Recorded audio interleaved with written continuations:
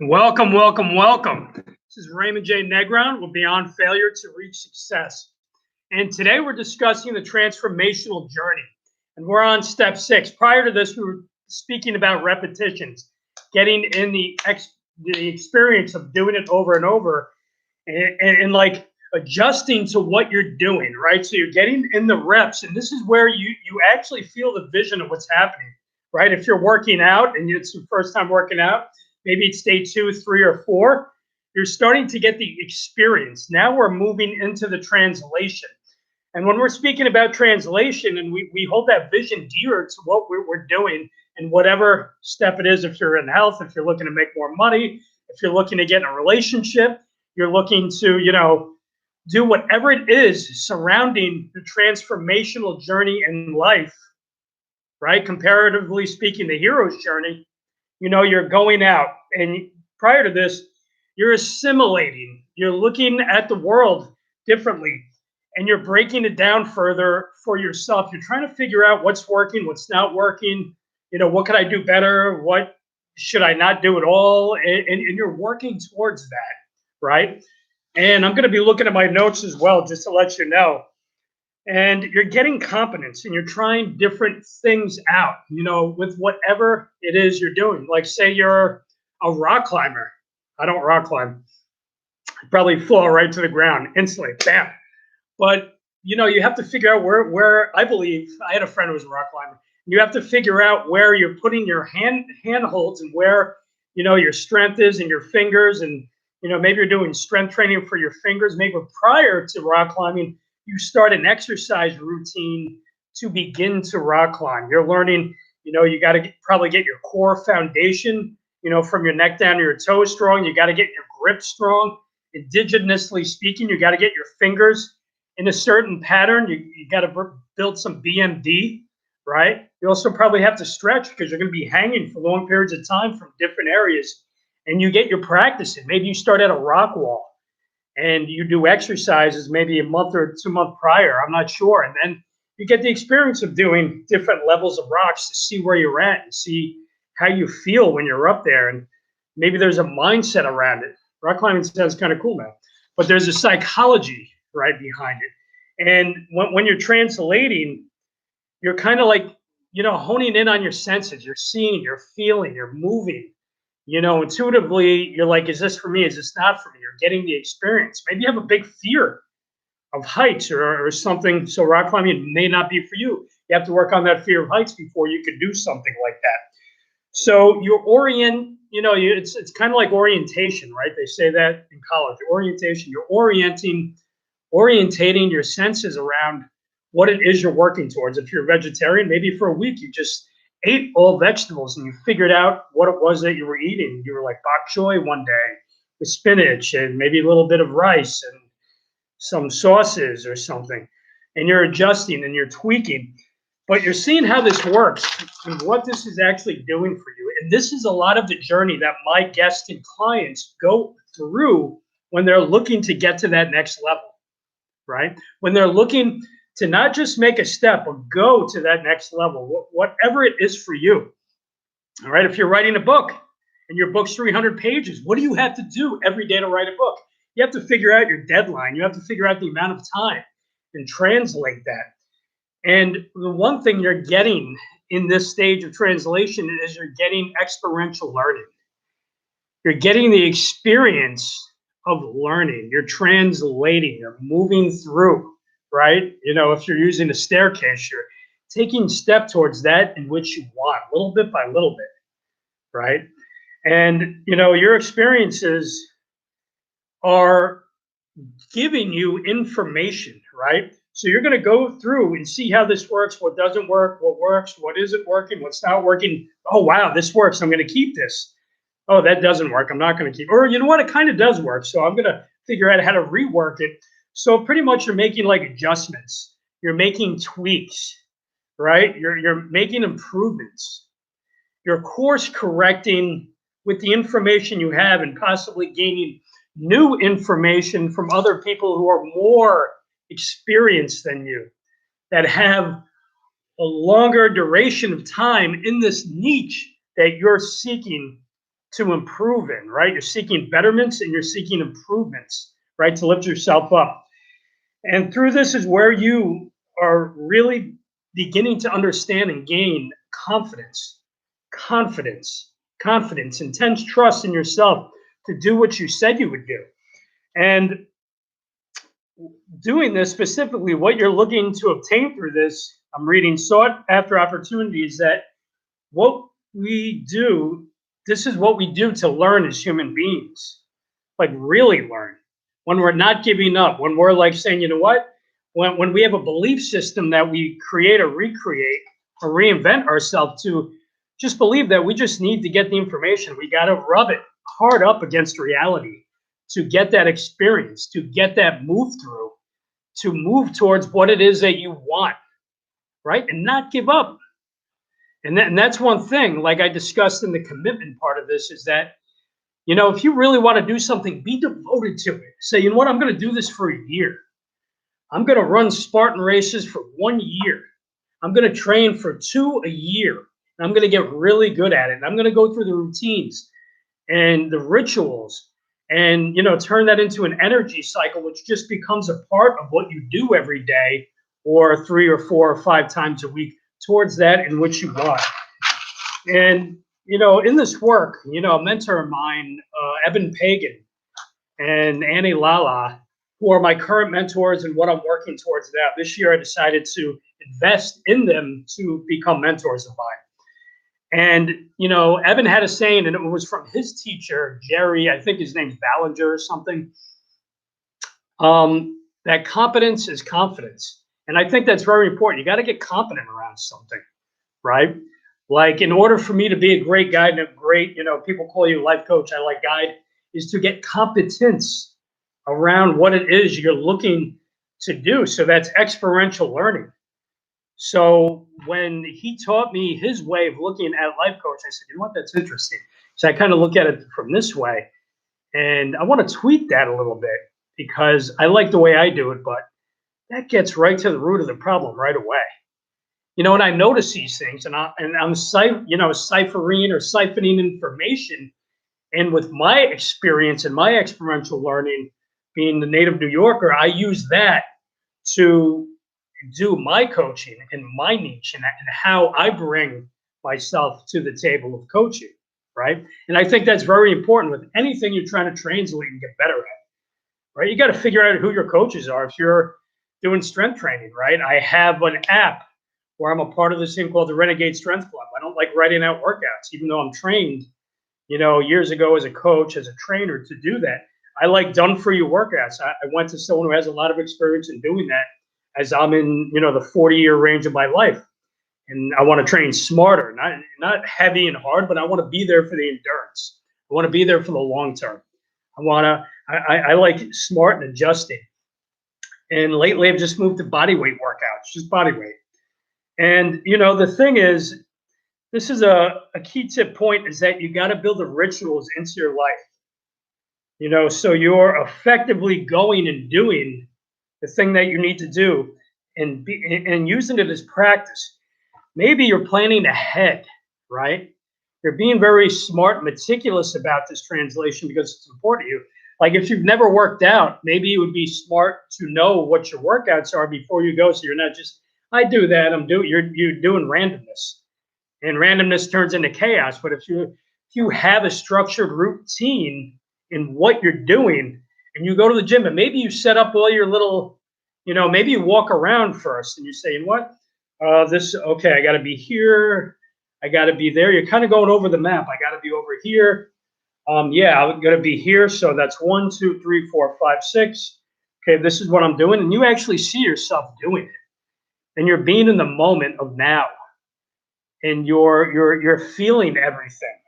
And you're squeezing everything. And you're giving it a little more than usual because you're working towards strength training. You're working towards getting stronger. You're working towards getting the most out of that, the most juice out of what you're doing. So I believe, you know, setting things up prior, you're setting yourself up for success, right? For instance, just using that gym. So, you know, you're taking your gym clothes the night before, and maybe your work clothes, right? Maybe you put your work clothes in the car, you bring your bath products with you, You already put that in the car. Maybe you go to sleep in your gym clothes. I have no idea. I had a client of mine do that years ago. I would say, you know what? It's hard for you. I want you to sleep in your gym clothes. Just come here. Just shower the night before. I don't want you stinky. So it's doing stuff like that, and then bringing, just you keep it simple. I have a saying: simplicity is electricity. Simplicity is electricity. And the simple things just become easier, and they're like a conduit towards your success. And they build, once you build a ritual, right, and it just becomes a part of what you're doing. There's no thought in it. It's just what I do, right? There's not a lot of brain. There's not a lot of. It's just a part of what you're doing, right? There's no iety around it. And now it's simple. You write your workouts on Sunday for the week, or maybe you write out Sunday for the month. Get a composition notebook. You plan out what you're doing. You get an app like I do. It has videos on exactly what you're doing. And maybe you say, you know what, I really can't do that. Maybe I'll do this exercise instead because I have this age-old injury. But, you find parallels to what you do. So you could do, what it is you're seeking towards doing for you in your own way. You're creating your own way, but you're learning the basics as well. So I believe, translation is a lot, of experiential learning, of having the experience of learning, experience. And look up those words. I encourage you. Translation. Trans is to move beyond your shape. Lation. I don't even know what that means, but I believe it's like just moving. Maybe it's just moving at a pace. But I want to look up these words and know the etymology behind them and know what the definition of what that means. And experiential learning is just experience. You don't just learn something and then not do it and think, oh, yeah, I know. No, you don't know. Until you do it, until you take what you're learning specifically and then do it and put it into action, you don't know. You're in the don't know. And don't know is just simply, I don't know. I do not know. Because you don't have the experience of doing it. Right? I hope that makes sense to you guys. And I hope that sits with you. But in the stage is where you get your confidence.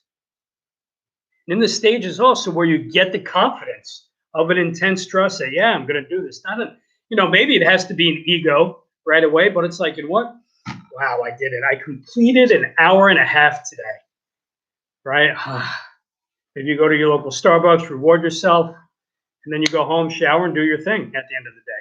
Whatever the case is for you, you're in that step of the journey. We're at step 6, where you're getting the consistency of that experience. And consistency is the key to the door of success of whatever it is. And at first, you might be opening up a fear door where it's a little scared. But I encourage you to put that fear, put that courage on your shoulder and move through it. Because you know the reason why you're doing it. You're scared simply because it's important to you. And you may not just have the know-how yet. You may not have the skill yet. You may not have the abilities. You may not have the capabilities. But the thing that you do know, and I should use a thumb for this, is who do I know that has experience in this thing? Who do I know that has experience in this thing? And do a little research. Don't just simply vet people because they have written articles online, but seek to truly understand them and ask questions and speak to people, right? And see what works for you and see what doesn't work for you, and do that accordingly. Because there's someone for everyone. There really is. There is definitely someone for every human being out there. There is someone to learn from, so you can translate and get that good experience, whatever it is, right? Like, say, for instance, you want to be an equestrian. You want to learn how to ride horses. I have no desire to ride horses, but I'm just saying, like, what would you do? Maybe you'd seek out a local school. Maybe you just go to an equestrian thing and watch and observe and, get that first impression, right? To recap a little bit, you get that first impression, and then you get an insight. You see yourself on the horse jumping over things. I think that's what they do in all these obstacle courses. Then maybe you get a taste. You hop on a horse and you ride it for a little bit. You're like, I don't know, man. That was interesting. That was cool. That was scary but exciting. I like that. You know, and then you move to, you know what, I'm going to commit to learning how to ride a horse, and maybe that's the first step. Properly riding the equestrian horse, right? And again, I go thrown to the ground, but it's not an interest to me. I have no desire to ride horses, right? It's not something that compels me or something I would, you know, I would probably do it if I was on vacation, be like, fuck it, fuck it, why not, right? But then the repetition of doing it, saying, well, I'm going to commit to 6 months of learning how to really ride a horse and devote myself to getting good at something. And then after that, you know, you know it now. Now you can do it on a regular basis wherever you go, but it's something you committed to.